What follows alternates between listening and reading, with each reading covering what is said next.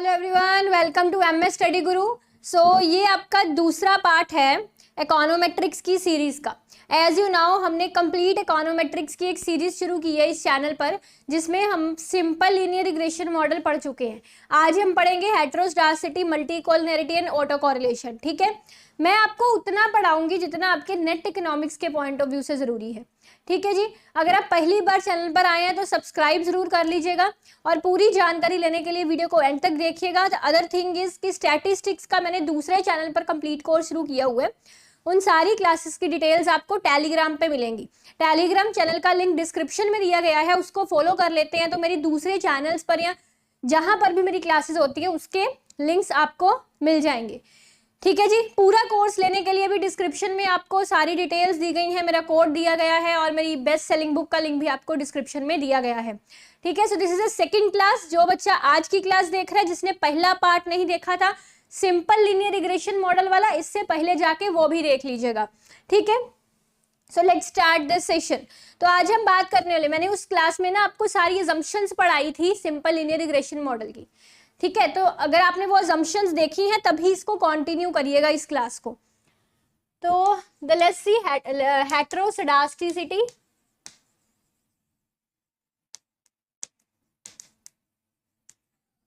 the second one is multicollinearity,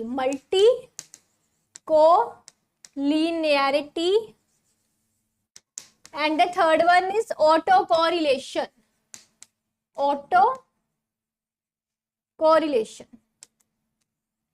ठीक है।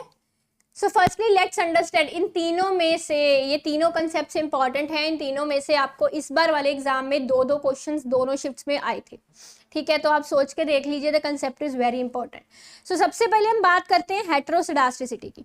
Basically हेटेरोस्डास्टिसिटी में क्या रहता है, जब एक रिग्रेशन मॉडल में, मैंने आपको लास्ट लेक्चर में डिस्टर्बेंस टर्म क्या होती है, डिपेंडेंट इंडिपेंडेंट वेरिएबल क्या, सब समझाया था। So when I am saying कि जो डिस्टर्बेंस टर्म है दैट इज चेंजेस, वो उसका वेरिएंस जो है वो ऑब्जर्वेशन टू ऑब्जर्वेशन चेंज हो रहा है। Let's see, when I am saying disturbance variance changes from observation to observation।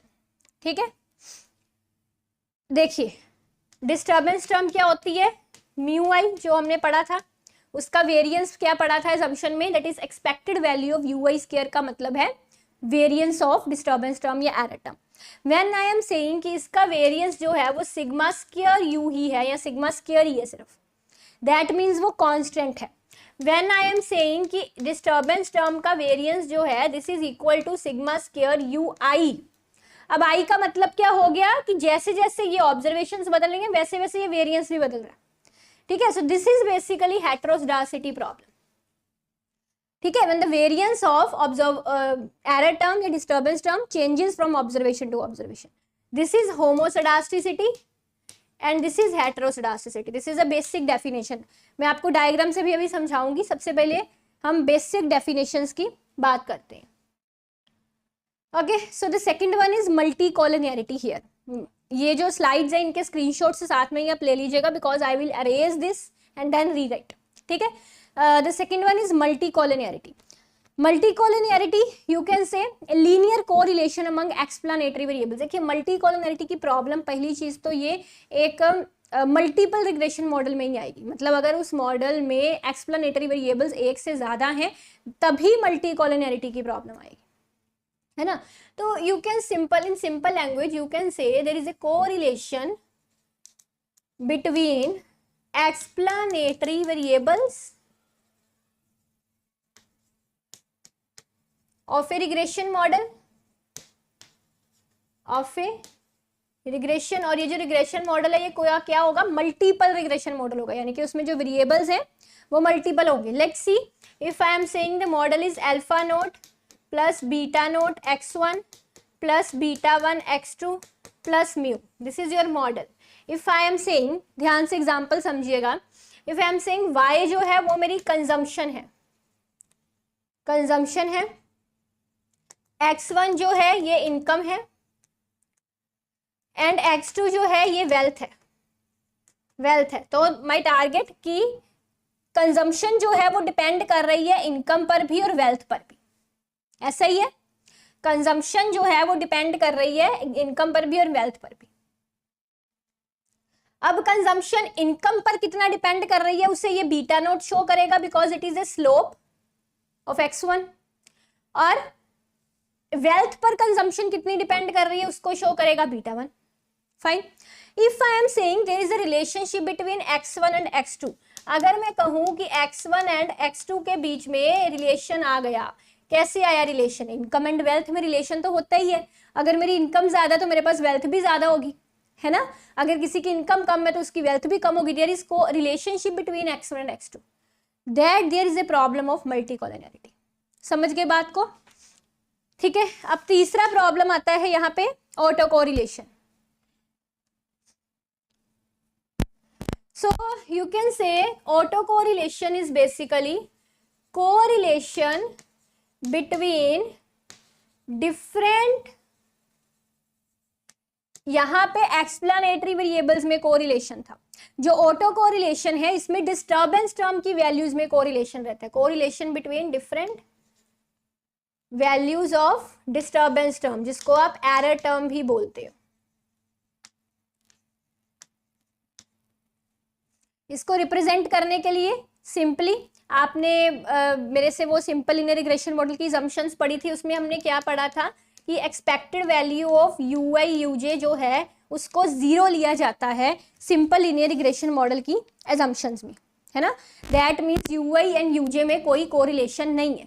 But अगर ui and uj not equal to 0 हो जाए, नॉट इक्वल टू 0 हो जाए, so what it means? It means there is a problem of autocorrelation।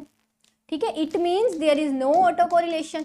अगर error term की different values की expected value 0 है, that means there is a no autocorrelation, जो हमारी assumption थी एक मॉडल की, लीनियर रिग्रेशन मॉडल की। But if different values of error term, उनकी expected value that is not equal to 0, then there is a problem of autocorrelation here. ठीक है, fine. अभी हम आगे चलते हैं।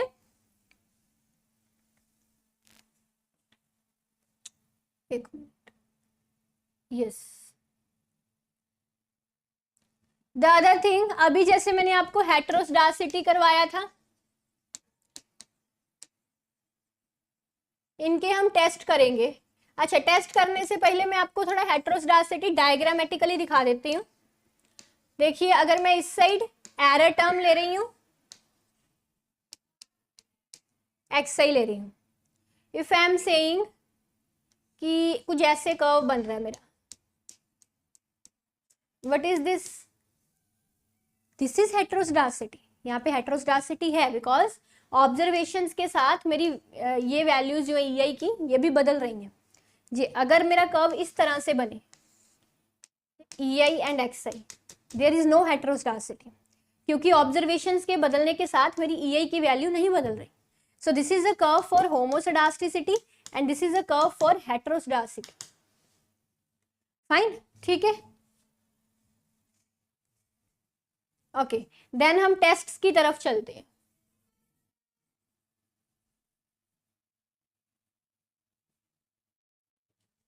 So different test. अब हेटेरोस्डासिटी को डिटेक्ट करने के टेस्ट देखिए। सबसे पहला टेस्ट इसका रहता है स्पेयरमैन का, स्पेयरमैन का test, that is Spearman rank correlation test भी हम जिसको बोल देते हैं। Then the second one is Glejser test, Glejser test, GLEJER। Then it is Park test, PAR के बहुत टेस्ट हैं इसके। Then it is White test, then it is gold fed quantum test, gold fed quantum test। ठीक है, ये नाम है, नाम याद रखने हैं आपको सिर्फ हेटेरोस्डासिटी के। इसी तरह मल्टीकोलिनियरिटी। अब मल्टीकोलिनियरिटी के टेस्ट के जो नाम है वो बहुत वो हैं, डिफिकल्ट से। मल्टीकोलिनियरिटी के test, that is variance inflation factor, VIF, you can write here variance inflation factor. Then it is also condition index,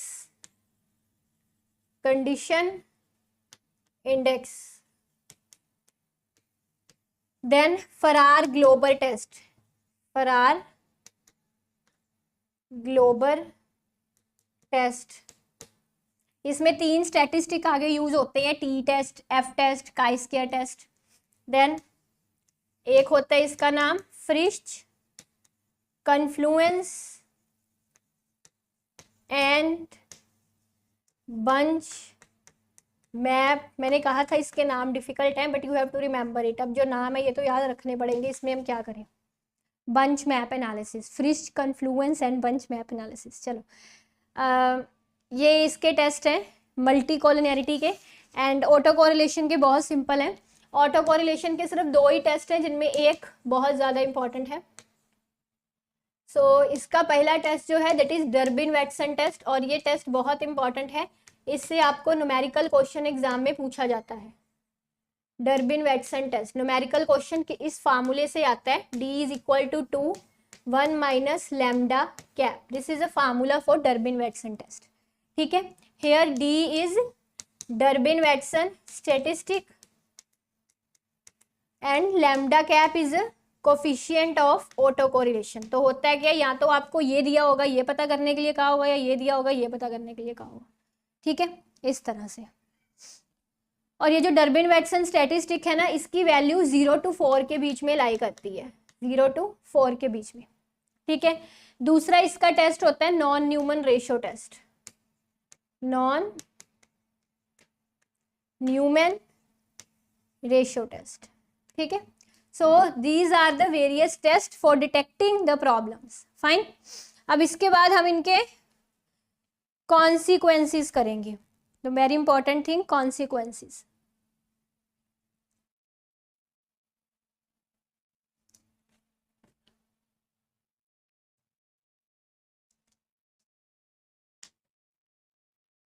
consequences का मतलब कि इनके इफेक्ट्स, इनके प्रभाव।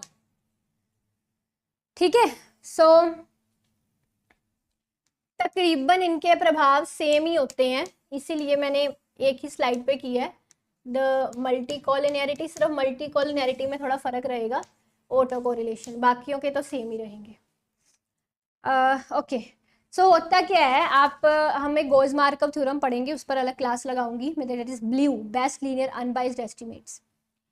ठीक है, दैट इज ब्लू, क्या फुल फॉर्म है इसकी, बेस्ट लीनियर अनबाइज्ड एस्टिमेट। ठीक है, तो गोज मार्कअप थ्योरम पर हम अलग से क्लास लगाएंगे। होता क्या है, जैसे जो आपकी हेटेरोस्डासिटी की प्रॉब्लम है, अगर एक सिंपल लीनियर रिग्रेशन मॉडल में ये आ जाए तो क्या होगा कि आपके जो OLS एस्टिमेट्स है ना, OLS एस्टिमेट्स जो हमने सिंपल लीनियर रिग्रेशन मॉडल में पढ़ते हैं, अल्फा एंड बीटा और OLS एस्टिमेट्स, कैप लगा दो इनको, अल्फा कैप। जब मैं कैप यूज़ कर रही हूँ दैट मीन्स मैं उनका सैंपल ले रही हूँ। अगर मैं कैप नहीं यूज़ करी दैट मीन्स वो पॉपुलेशन। अच्छा, एक और चीज़, if I am saying alpha and beta, जो आपके पॉपुलेशन के एस्टिमेट होते हैं ना, उनको हम पैरामीटर्स बोलते हैं, पॉपुलेशन पैरामीटर्स। ठीक है, if I am using alpha cap and beta cap, that means ये सैंपल के एस्टिमेट है। सैंपल के एस्टिमेट को हम बोलते हैं स्टैटिस्टिक, सैंपल स्टैटिस्टिक। ठीक है, द इंपॉर्टेंट टर्म्स, इसको इरेज कर रहे हैं।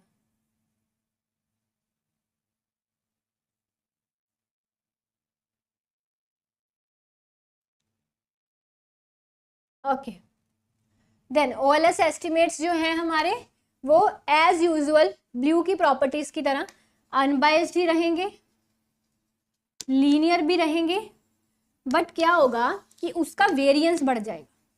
देखिए ध्यान से एक बात समझिएगा मेरी, जो आपके OLS एस्टिमेट्स की ब्लू प्रॉपर्टीज होती हैं ना, उसमें एक एफिशिएंसी वाली प्रॉपर्टी भी होती है, इसका डिटेल जैसे मैंने कहा अलग लेक्चर लगाऊंगी। एफिशिएंसी का मतलब होता है कि वेरिएंस का मिनिमम होना, अनबाइज्ड होना। एफिशिएंसी का मतलब होता है अनबाइज्ड होना एंड प्लस वेरिएंस का मिनिमम होना। वेरिएंस का मिनिमम होना, जितना वेरिएंस मिनिमम है ना एस्टिमेट का, उतना ही उसको एफिशिएंट माना जाता है। बट अब हेटेरोस्केडासिटी में क्या होता है कि जो वेरिएंस है वो मिनिमम नहीं होता, वेरिएंस लार्ज हो जाता है। तो इस कारण जो हमारे ओएलएस एस्टिमेट्स हैं वो क्या बन जाते हैं, इनएफिशिएंट बन जाते हैं, इनएफिशिएंट बन जाते हैं। सेम यही प्रॉब्लम ऑटो कोरिलेशन में होती है, सेम यही प्रॉब्लम इसमें भी। ओएलएस एस्टिमेट्स ठीक है अनबाइज्ड भी हैं, लीनियर भी हैं, बट इनएफिशिएंट बन जाते हैं।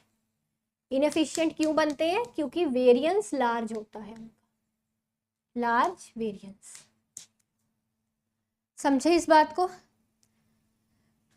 अब जब आपका वेरिएंस लार्ज होगा तो याद रखिएगा टेस्ट ऑफ सिग्निफिकेंस जो हमारा होता है टी टेस्ट, दैट इज जिसको आप कुछ ऐसे लिखते होते हो ना, beta cap minus beta over standard error, ऐसे करके लिखते हैं of beta cap. This is a formula of t test, याद रख लो। This is your sample statistic, this is your population parameter, this is a standard error of beta cap. ठीक है, अगर वेरिएंस लार्ज हो जाएगा, वेरिएंस लार्ज होने से मेरा जो ये स्टैंडर्ड एरर है ना, स्टैंडर्ड एरर, इसके रिजल्ट्स पर भी फर्क पड़ेगा, बिकॉज स्टैंडर्ड एरर निकालने के लिए हम वेरिएंस यूज करते हैं। तो इससे जो आपका टेस्ट ऑफ सिग्निफिकेंस है वो इनवैलिड बन जाएगा। वी ऑलवेज से कि टेस्ट ऑफ सिग्निफिकेंस हमारा इनवैलिड बन जाता है। और जो कॉन्फिडेंस इंटरवल्स होते हैं, कॉन्फिडेंस इंटरवल्स वो भी मिसलीडिंग हो जाते हैं, मिसलीडिंग वेरिएंस के लार्ज होने की वजह से, क्योंकि जो कॉन्फिडेंस इंटरवल्स है उसमें भी हमारा स्टैंडर्ड एरर यूज होता है, और स्टैंडर्ड एरर के लिए हमको वेरिएंस चाहिए होता है। ठीक है, तो वेरिएंस लार्ज होने का फर्क टी टेस्ट पर भी पड़ता है और कॉन्फिडेंस इंटरवल्स पर भी पड़ता है। ठीक है, so t test and confidence intervals misleading या यू कैन से इनसिग्निफिकेंट या यू कैन से इनवैलिड बन जाते हैं। ठीक है,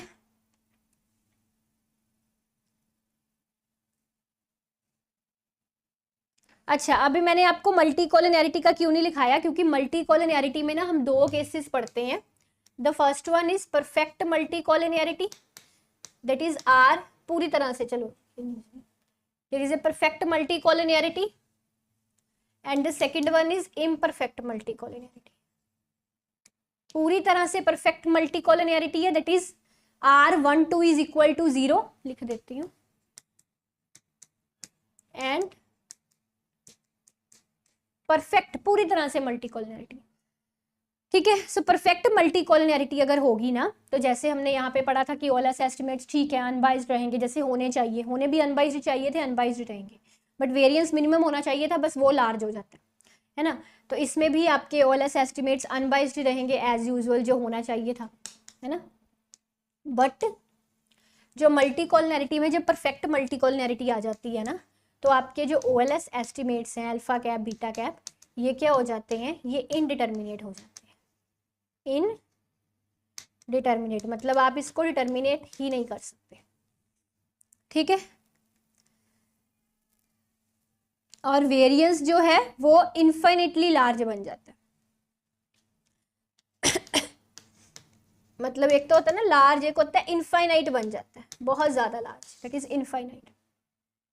ठीक है, और अगर मल्टी कोलिनियरिटी परफेक्ट है तो ठीक है, ओएलएस एस्टिमेट्स आपके डिटर्मिनेट हैं, मतलब आप उसको डिटर्मिनेट कर सकते हैं, बट वेरिएंस इसमें भी लार्ज बनता है। वेरिएंस लार्ज तो होता है, इस केस में वेरिएंस इनफाइनाइट हो जाता था, इस केस में इनफाइनाइट तो नहीं है बट लार्ज है। ठीक है, so these are the differences of effects of perfect and imperfect multi collinearity, जिसको आप रिजल्ट्स भी बोल सकते हो, रिजल्ट्स भी बोल सकते हो। ठीक है,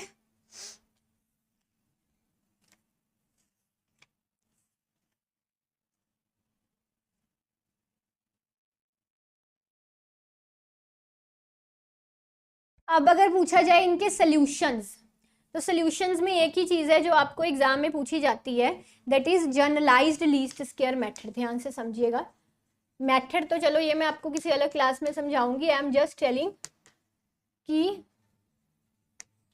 क्या होता है जो आपका ये असल में एक वेटेड लीस्ट स्क्वायर मेथड होता है, आप इसको वेटेड लीस्ट स्क्वायर मेथड भी बोल सकते हैं। जो आपकी हेटेरोस्डास्टिसिटी एंड ऑटो कोरिलेशन की प्रॉब्लम होती है, इनका सोल्यूशन ये है, दैट इज GLS और you can say weighted least square. इस मेथड के थ्रू इन प्रॉब्लम्स को ठीक किया जा सकता है।